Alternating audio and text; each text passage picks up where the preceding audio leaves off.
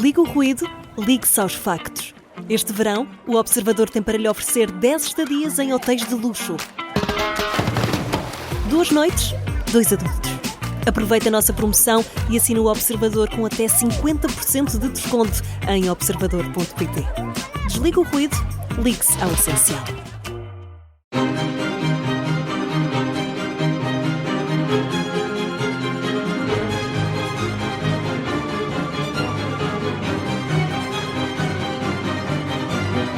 Estamos de regresso ao Museu do Caramulo. Neste novo episódio da Nossa Cultura, para a Rádio Observador em Viseu, voltamos aqui ao início da história automóvel e é precisamente aqui na casa de partida que vamos aqui viajar novamente até ao que foi o arranque desta criação automóvel e a história dos mais de muitos automóveis que compõem o espólio deste museu bem no topo da Serra do Caramulo. Comigo tenho Tiago Patrício Gouveia, diretor do Museu do Caramulo. E afinal, a inovação na criação automóvel não invalida que a modernidade dos tempos antigos, podemos assim chamar, esteja fora das estradas atuais, até porque existem várias características que se destacam nesta evolução, mas também que continuam muito presentes cada vez que saímos à rua de carro. Exatamente, nós estamos aqui a olhar para a coleção de automóveis e veículos históricos no Museu do Caramulo, e olhar aqui para o que nós chamamos os pioneiros, os carros do início do século passado. E é engraçado ver como tem formatos diferentes. Nós olhamos e vemos desde 2 triciclos no início, os 2 primeiros que deram origem à coleção, depois carros relativamente altos, as pessoas vão sentadas muito alto nos carros, e olhamos logo para o Peugeot de 1899, que tem um volante perfeitamente horizontal, tem um pilar vertical a coluna de direção, tem um pedal de travão do lado direito, um pedal de embreagem do lado esquerdo, mas o acelerador é na mão. E a caixa de velocidades mete mudanças sequenciais. Bem, o triciclo que temos antes, réplica do primeiro carro no mundo, ainda é pior, porque tem uma alavanca do lado esquerdo que ao empurrar para a frente engrena mudanças, ao puxar para trás aciona travão, e o acelerador é um cilindro que está debaixo da perna esquerda. O volante é um ferro quase como um leme de um barco. Voltamos a ver um leme de um barco aqui no Oldsmobile de 1902.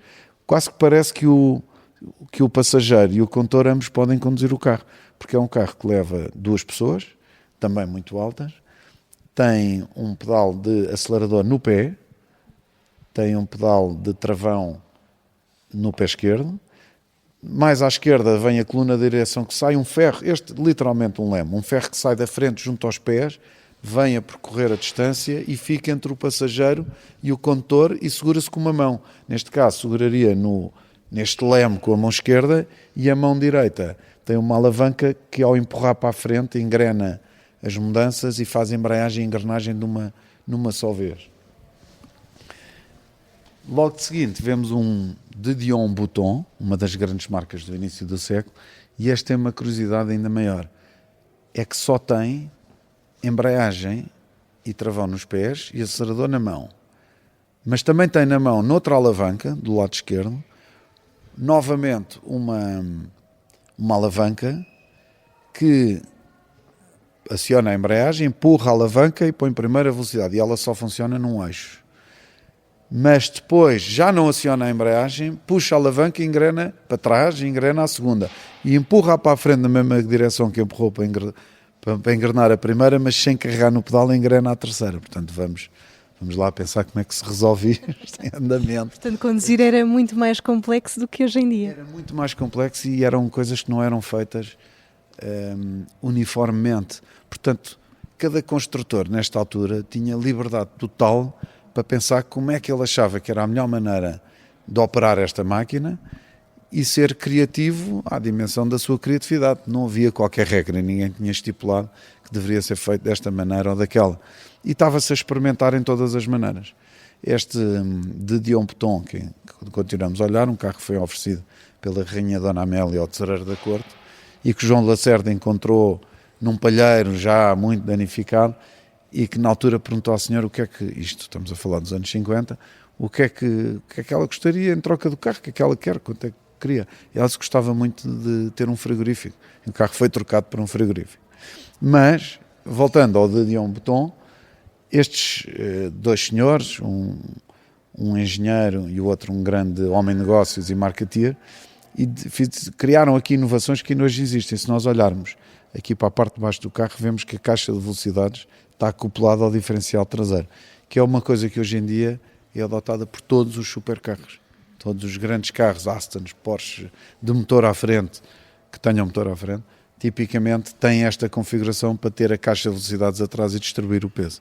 Isto foi inventado pelo Didion Peton no início do século e ainda se repete hoje em dia. Esta aqui é uma das únicas características que podemos encontrar nos automóveis de hoje. Houve mais alguma característica que se manteve até aos dias de hoje nesta construção automóvel? Eventualmente mais algumas, mas que se vão perdendo. Por exemplo, uma barra pôs de trás rígido, tipo de Dion, mas hoje em dia já não há muito esse tipo de eixos. Mas há uma que se mantém até ao dia de hoje quase irritantemente, ou duas. É que os carros continuam a ter 4 rodas e continuam a virar através das 2 rodas dianteiras. E isto é uma coisa que tivemos aqui um artista há uns tempos que dizia: eu achava que quando eu era criança, nos anos 70 e 80, eu achava que o automóvel no futuro ia ser uma coisa fantástica. E depois chegou aos anos 2000, 2010 e ficou altamente desiludido, porque disse: o automóvel, na verdade, continua igual, tem 4 rodas no chão e vira pelas rodas da frente. E essas duas mantêm-se. Também vemos que os automóveis por aqui fora, agora assim fazendo em relance, vemos que continuam todos. E é engraçado ver às vezes a coleção nesta perspectiva. Nós olhamos e vemos rodas raiadas ao início e muito grandes. Depois as rodas diminuem e viram rodas de jantes de madeira, com raios de madeira, e depois começam a diminuir mais e passam a ser rodas de jantes de ferro e, curiosamente, começam outra vez a aumentar. E nos anos 20 as rodas tornaram-se muito grandes, depois nos anos 50, 60 foram reduzindo e hoje em dia o que vemos é estes grandes, por exemplo, SUVs ou grandes Jeeps com jantes que já começam a ter quase o tamanho destas rodas de 1910 e destas rodas de 1920. Rodas que remontam ao início desta história, mas que nem por isso são esquecidas nas estradas de hoje em dia. Este foi mais um episódio da Nossa Cultura para a Rádio Observador em Viseu. Estive à conversa com o Tiago Patrício Gouveia, diretor do Museu do Caramulo, aqui bem no topo da serra, que lhe dá nome, e vamos continuar a conhecer o espólio de automóveis aqui presente e que nos leva a fazer uma viagem pelo início desta criação e que prova, tal como seria a premissa deste novo episódio, que prova que nem por isso a inovação tira lugar à modernidade dos tempos antigos.